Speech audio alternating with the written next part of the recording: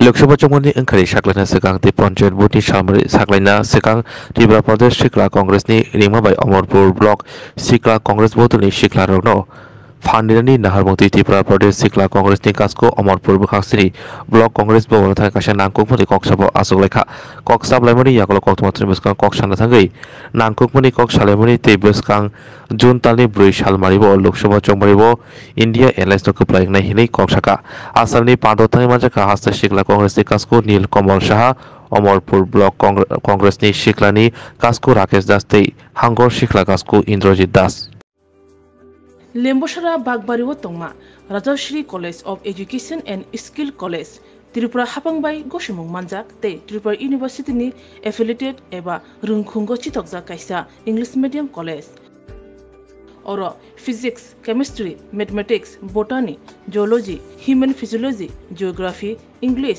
Kokborok political science history education philosophy sociology और subject रक परिजागो और रुंनो कतरो परने रंगनो ऑल इंडिया कम्पिटिटिव आमजमुरंनि बागैबो मागनांनो फोरोंजागो रोंसुनो रंनि बागै थगै जुदा मेंटर तंगो तै तंगो बास मालखुंनि सेबसाब तंगो कुचुक ब्रेमनि लैबोरेटरी स्मार्ट क्लास बाबाय बुरै नायथक खरांजाक तंबरनि बिसिंगो संजाजाक राजश्री कॉलेजो खास रांगैनो साबसुतरा नबचावै लेखाफोरा खलायमानो हायके लेरियावै तिनिनो फायदि निनि आनि जतनि college Rajshree college of education and skill निकुमा बागबारी लेम्बोसरा त्रिपुरा ककदुग नंबर 9873673875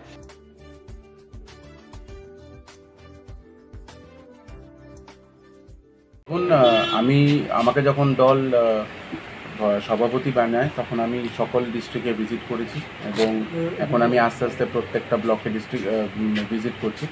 আমাদের সামনেই পঞ্চায়েত ইলেকশন আসছে, সামনে রেজাল্ট, আমরা নানান রকম সাংগঠনিক বিষয় নিয়ে আজকে আলোচনা করেছি। এখানে আমাদের যেই যুব সৈনিকরা আছে ওদের সঙ্গে বসে ওদেরকে অবস্থা কি চলছে, কীরকম চলছে, কাজ কীভাবে চলছে তা নিয়ে আজকে বিস্তারিতভাবে আলোচনা মুখ্য আগে সামনের দিন আমরা কিভাবে চলবো, সাংগঠনিকভাবে কিভাবে আরও শক্তি প্রদর্শন করা যায় এবং আমরা কিছুদিনের মধ্যে রাজ্যে যে নেশার যে একটা বাণিজ্য শুরু হয়েছে এবং যেখানেই যাবেন আপনি দেখবেন যে নেশা নিয়ে অনেক যুবক তাদের জীবন হারাচ্ছে। সেই নেশা নিয়ে আমরা একটা অভিযান করার চেষ্টা করছি। সেই অভিযান নিয়ে কীভাবে অমরপুরে আমরা একটা প্রোগ্রাম করার চেষ্টা করছি নেশা বিরোধী অভিযান নিয়ে। সেই অভিযান নিয়ে কীভাবে ভালোভাবে কাজটাকে করা যায় সেটা নিয়ে কথা হচ্ছে। আমি যতটুকু জানি অমরপুর সবসময় কংগ্রেসের গড় ছিল এবং এখনও আছে। হয়তোবা ভারতীয় জনতা পার্টি এই রাজ্যে সরকার করার পরে আমাদের কিছু না প্রচুর যুবকদের ওপরে প্রাণহানির মতন ধমকি হুজ্জুতি দিয়ে বাড়িতে বসিয়ে রেখেছে, কিন্তু বেশি দিন আর বসে থাকবে না। কারণ আপনারা জানেন যে রাজ্যে এবং রাজ্যের বাইরে পুরো দেশেই ইন্ডিয়া জোটের একটা হাওয়া বইছে এবং রেজাল্টের পরেই আপনি দেখবেন শত শত ছেলেরা যারা কংগ্রেস করে এবং কংগ্রেসকে ভালোবাসে তারা আবার উজ্জীবিত হয়ে উঠবে। এবং আমি 2-3 জন সৈনিকের বাড়িতেও যাব। এখান থেকে আমাদের অমরপুরের কিছু সৈনিক আছে, ওদের বাড়িতে যাব এবং ওদের সঙ্গে কথা বলবো এবং আমি সব দিক দিয়ে খতিয়ে দেখছি যে অমরপুরের অবস্থা খুবই ভালো। আর একটুভাবে আমরা সাংগঠনিকভাবে আরও 2-3টে মিটিংয়ের পরেই আপনি দেখবেন যে ঘরভর্তি মানুষ পাবে। পেরেছে যে 10 বছর এই ভারতীয় জনতা পার্টি মানুষকে মিথ্যা ভুয়ো কথা বলে আশা দিয়ে তাদের আশা ভঙ্গ করেছে এবং যুবকদের জীবন নিয়ে ছিনিমিনি খেলেছে। আপনারা কিছুদিন আগেও দেখেছেন যে রাজ্যে কোঅপারেটিভ ব্যাংকের পরীক্ষা আসামে নিয়ে দেওয়া হয়। এর থেকে বেশি হাস্যকর এবং ব্যর্থ সরকার আমরা আজ পর্যন্ত হয়তো ত্রিপুরাতে দেখিনি।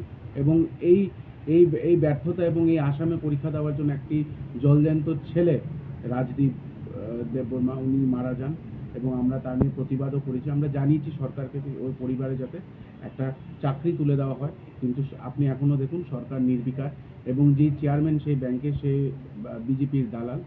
এবং আমাদের কাছে এতটুকু খবর আছে যে তাকে তার নিজের পাড়ার ক্লাবের থেকে টাকা পয়সা ছিনিমিনি করার জন্য বের করে দেওয়া হয়েছে এবং সে কীভাবে কোঅপারেটিভ ব্যাংকের চেয়ারম্যান হয় তার মধ্যে এতটুকু মানবিকতা নেই যে সে অ্যাটলিস্ট সেই পরিবারটির বাড়িতে গিয়ে কথা বলে।